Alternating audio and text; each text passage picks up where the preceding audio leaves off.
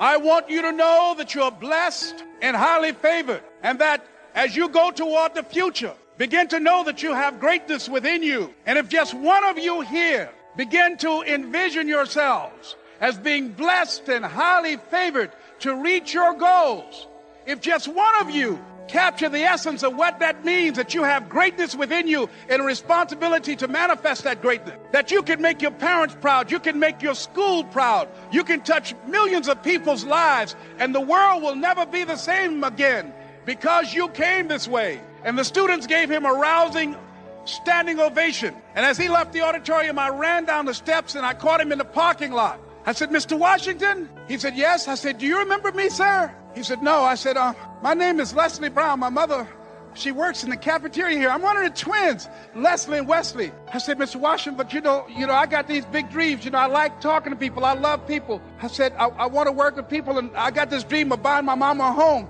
Could I do that, Mr. Washington?" He said, "It's possible, Mr. Brown." And as he walked away, I called him again. I said, "Mr. Washington?" He said, "What do you want now?" I said, "I'm the one, sir." I said, "I'm the one. You remember me, sir. I'm Miss Mamie Brown's boy. You are the one." And I remember when PBS first played one of my specials called You Deserve, one Sunday afternoon in Miami, Florida. I had some friends call him to tell him to tune in. And he watched the program. He called me in Detroit, and I answered the phone. I said, "Hello." He said, "May I speak to Les Brown, please?" I said, "Who's calling?" He said, "You know who this is." I said, "Oh, Mr. Washington, it's you." He said, "You were the one, weren't you?" I said, "Yes, sir."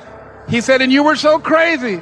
I said, "I know, but I'm rich now." It's not going to be easy. It was hard laying on the floor of the Penobscot building, looking out of the window, daydreaming, saying, "Les, can you do this? Can you make this happen?" I used to listen to tapes day in and day out.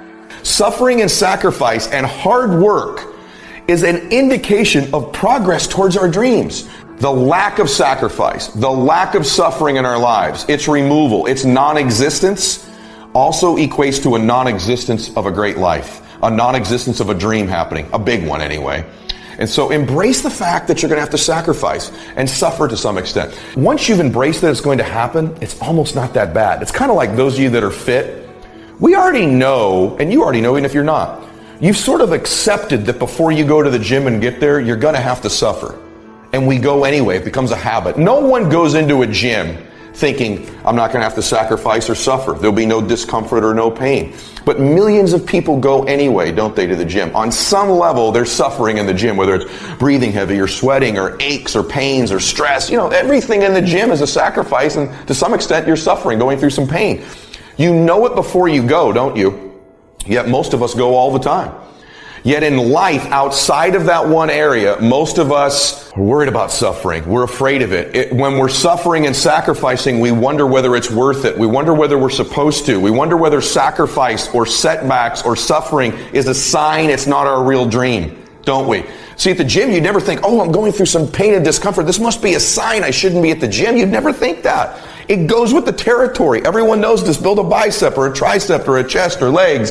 You have to break it down, suffer and sacrifice for it to grow. So while it's happening, there's no part of you that says, "This isn't right." In fact, the indication of the pain and sacrifice and sweat, don't you feel better at the gym? You're like, "Wow, I really sacrificed today. I really suffered." So in that area, we all know to the extent we suffer and sacrifice is to the extent we grow. And your body is a metaphor for the rest of your life. But the rest of our life, every time we sweat, every time we sacrifice, every time we suffer, we don't do what we do at the gym. We start saying, "Well, wait a minute. Maybe I'm not supposed to be doing this. Maybe I'm not cut out. Maybe it's not my destiny. Maybe I just can't do it." It's the most unbelievable, ridiculous conclusion we draw, but it's what everybody does, which is another form of distraction, is doubt. The coins flip on each other all the time, don't they? Another form of distraction is just doubt. And doubt comes from the suffer. It comes from a loss. It comes from fear. It comes from the sacrifice. And so just remember this. You're supposed to suffer and sacrifice. So let me ask you a question.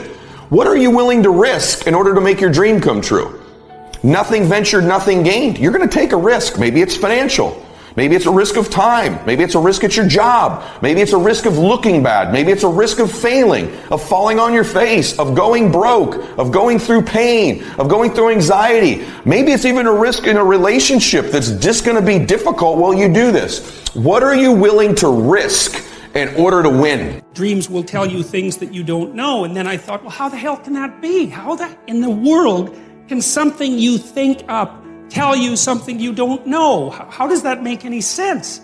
First of all, why don't you understand it? Why does it have to come forth in the form of the dream? It's like there's something going on inside you that you don't control, right?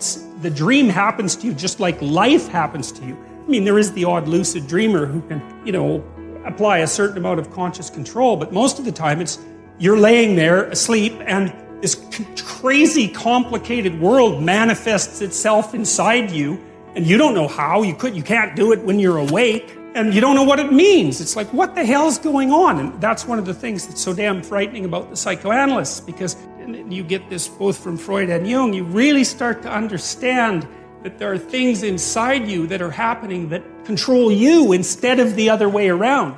There's a bit of reciprocal control, but there's manifestations of spirits, so to speak, inside you that determine the manner in which you walk through life. And you don't control it. And what does? Is it random? There are people who have claimed that dreams are merely the consequence of random neuronal firing, which is a theory I think is absolutely absurd, because there's nothing random about dreams. They're very, very structured and very, very complex, and they're not like snow on a television screen or static on a radio. Like, those things are complicated. And then also I've seen so often that people have very coherent dreams that have a perfect narrative structure.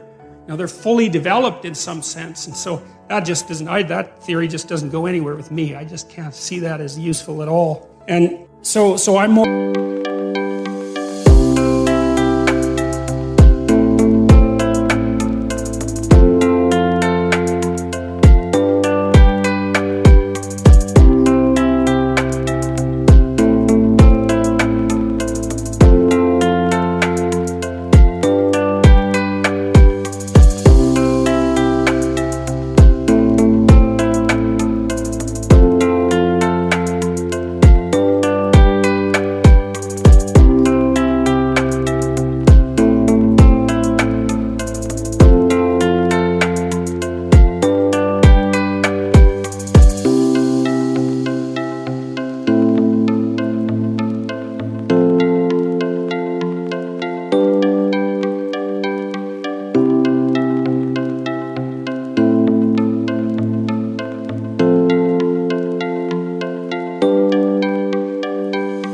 More likely to take the phenomena seriously and say, well, there's something to dreams. Well, you dream of the future and then you try to make it into a reality. That seems to be an important thing. Or maybe you dream up a nightmare and try to make that into a reality, because people do that too if they're hell-bent on revenge, for example, and full of hatred and resentment. I mean, that manifests itself in terrible fantasy.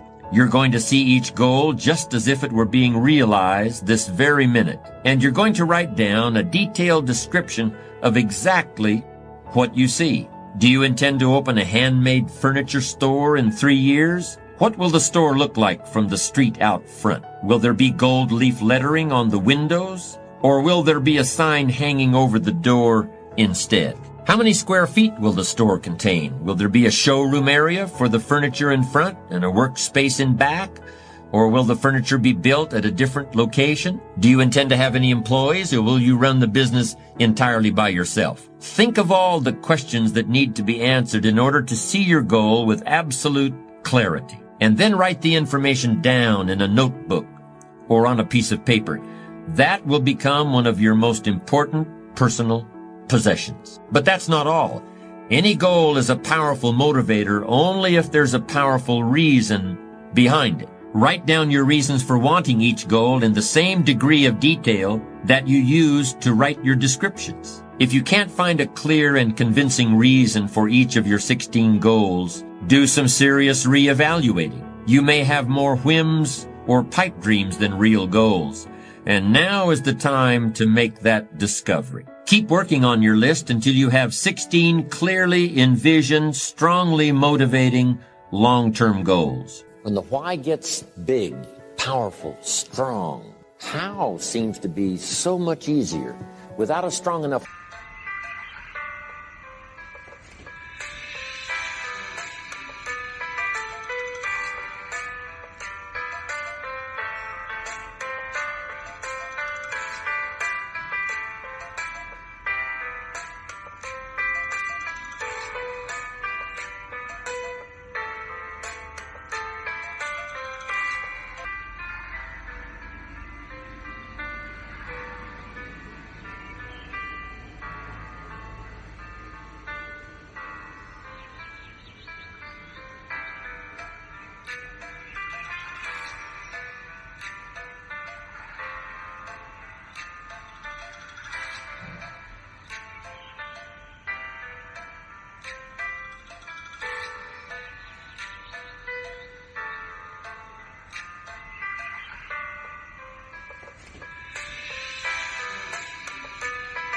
Why? The how seems to be too difficult almost to accomplish. Say, how do you manage your time? Hey, if you had strong and powerful enough goals, you'd figure out how to manage your time. You'd get a book on the subject. You'd do something to manage your time if it was worth it. If it's not worth it, why would you bother studying the art of managing your time if it really doesn't matter? But if it really mattered, in the accomplishment of your goals and why you wish to accomplish them, see, you can do anything. You can get up any hour, read any book, take any class, make any change, develop any skill, do any discipline. I mean, you can do it all. When this how and the why, or when the why starts to grow, the how gets simple. Maybe one of your goals was to have $1 million home on the hill overlooking Snake River Valley.